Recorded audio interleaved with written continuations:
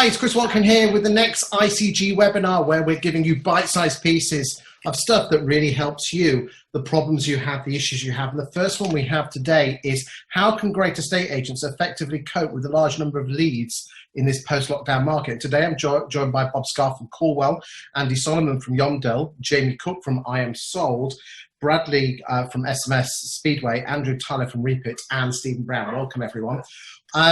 Okay, let's kick off. Stephen Brown, you talk to an awful lot of estate agents. What is happening on the ground with all the leads? They're crazy, really, really busy. You've got some fantastic people on here. A lot of people now auto-responding. They are weeding out who are serious and who are not. You know, I'm sure Andy with live chat and Bob with Callwell as well will be able to tell you the amount of leads that they're physically getting in. But from what I'm hearing, it's absolutely crazy. It really is madness. And agents can't cope with the amount of leads that they're getting at the moment. Okay, so Bob, how do we sort out the wheat from the chaff? Well, the question is how do great agents, and the implication is that there are quite a lot of people out there who aren't great agents. The simple thing for me is that great agents actually know the truth of how many leads are coming in and how many aren't coming in. Instead of relying on their staff telling them how busy I am, boss, they're actually bothering to check the volumes of the calls incoming. It's inexcusable nowadays to not be able to do it because you've got so much data compared to the old days on email traffic and on phone traffic. Nobody's walking in anyway, you don't even need to worry about that. Because I think a large part of this myth, and I will deliberately call it a myth, is that people, agency people on the front line just aren't doing their job properly. It is fair to say, to take Stephen's point, that the volumes are much higher than they were than normal. Typically at the minute, a Callwell customer is receiving something like 4 to 5 email leads per day, which is more or less twice that they were receiving the early part of this year and most of last year.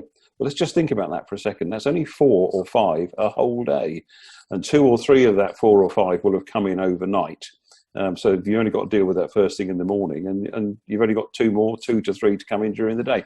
So I'm sorry to sound if this is going to be slightly off-piste, but I really do think the key issue is being realistic about exactly what's coming in, then being realistic about whether you've got the resources to properly cope with it, because sorting the wheat from the chaff, and I understand why Steve, and for you that matter, Chris, make the point, that's a dangerous game, trying to sort the wheat from the chaff. As I've been telling you people for longer than most of you lot have been on the planet, when people walk in or phone in, they don't even know if they're a tire kicker or not at that point. They think they're dead serious and they turn out not to be, and the reverse is true. So sifting people at first glance is always very dangerous, I've found.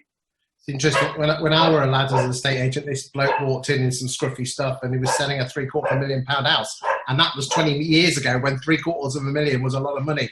Andy, what's your thoughts on this one, big boy? Well, sorting them out and filtering them is obviously an ideal, but it's very, very hard to achieve because all you see is a name and an email address in most cases if it's an email lead, as Bob mentioned. Every lead needs to be treated as gold because you never know, as you just said there, Chris, you never know which ones are actually carrying the real opportunity or not. Stephen, you mentioned about autoresponders. Giving people, using technology to give people the option to help you make those choices is one way to do it. Building in circles of different communication channels into those auto responses, so the ability to live chat, the ability to one click to make a phone call, all of these different things that you can do to actually encourage them to show their interest and actually elevate themselves within the priority list. But more important than anything else, you just got to make sure that you get back to people to find out this is a human game, this is a human transaction. And we know at Yomdel that 50% of leads or portal leads into estate agents still go pretty much unanswered, and probably that number right now. That was from the EA Masters, wasn't it? Let's go to Bradley next, then Stephen, and then our friend Jamie. Go for it. Make it nice and short. I'll say that we've got the advantage during the COVID situation that people are now in the new normal, which allows us to automate the interaction in a much more personalized way. So having a look at what interaction you have to have humans involved with, and then using other channels, other ways of messaging and communication for people to actually self-qualify themselves as being interested. So if someone clicks on a link to create an appointment, in a calendar, if someone engages with a chatbot to further the inquiry and to pursue it, but in a personalized manner, we've got the technology, we've got the AI, we've got the tools to make it one-to-one. Stephen. Hello, I was speaking to an agent this morning at 7:30. In September, so far they've registered 500 applicants, or residents as they call them, tenants. I mean, that's crazy, the amount of leads that they've got coming in. So, they need something that's out there to help them. I totally agree with what everybody says. For me, I know your customer base is a gold bank, okay? So every opportunity that comes in is potential, you've got potential lifetime value there, which is, could be a huge amount. But I suppose the question is, if I'm an agent and I'm watching this and I'm getting 500 registrations, how do I deal with it? How do I cope? Do we outsource it? Do we know how many applicants that agent had in September last year? Knowing that agent, because they're exceptional, they would have had 300 to 400. Right. They're not that much busier then, I would say. Jamie put his hand up next, and we're going to a couple of others. Jamie, loads of great points. Try and pull it all together. From my perspective, the question was how great agents are effectively coping. So the great agents have the right process. They have a process that they know that they follow. They've got the MI to support that, and as to Bob's point, that they have that visibility. I think that process has got to include some technology. Obviously, some of the technology represented on this call, I think, adds massive value in that process. But the further on the point around wheat from chaff, and to Stephen's point, every opportunity represents something. You want to register that applicant. That applicant could become a landlord. It's a buyer of the future. It's a seller of the future. So the wheat from the chaff piece isn't necessarily correct, I think. As long as your processes are there to ensure that they're effectively communicated to in the time frame that you want and that you register them properly, then I think you're succeeding. Okay, Andrew Tyler, you're head of Reapit. Where do the CRMs come in on this? Well, it's an interesting one, isn't it? I mean, I was brought up with a box of cards and a viewing book and traditional systems. And I even though I work for a prop tech company, my feeling is that, and I'm sort of with Bob on this one, I think that this is all about using traditional approaches and combining them with technology.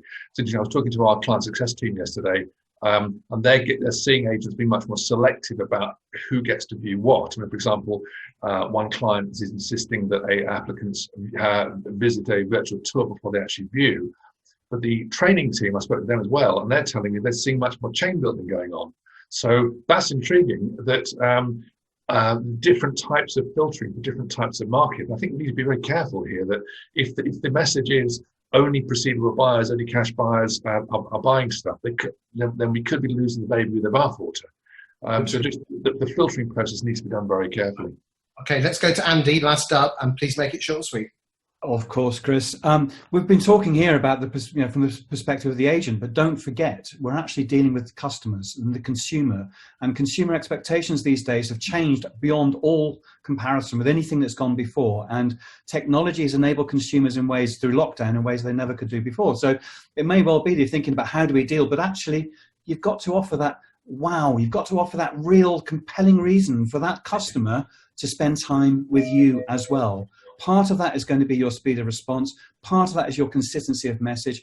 Part of that is showing that you really understand what they need, and then also that you have options that stand you apart from your competitors out there. It's a crowded field. Thank you. Right. So thank you very much. I think the points raised here is as Bob said, let's actually find out what the real numbers are, not what the next is actually saying.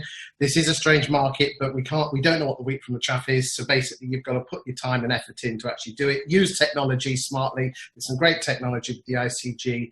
Absolutely fantastic stuff. Speak with Yomdel, and the others are available. Check them out. So thank you for your time today, boys and girls. And I hope you guys in the estate agency land have learned loads from that. So thanks very much.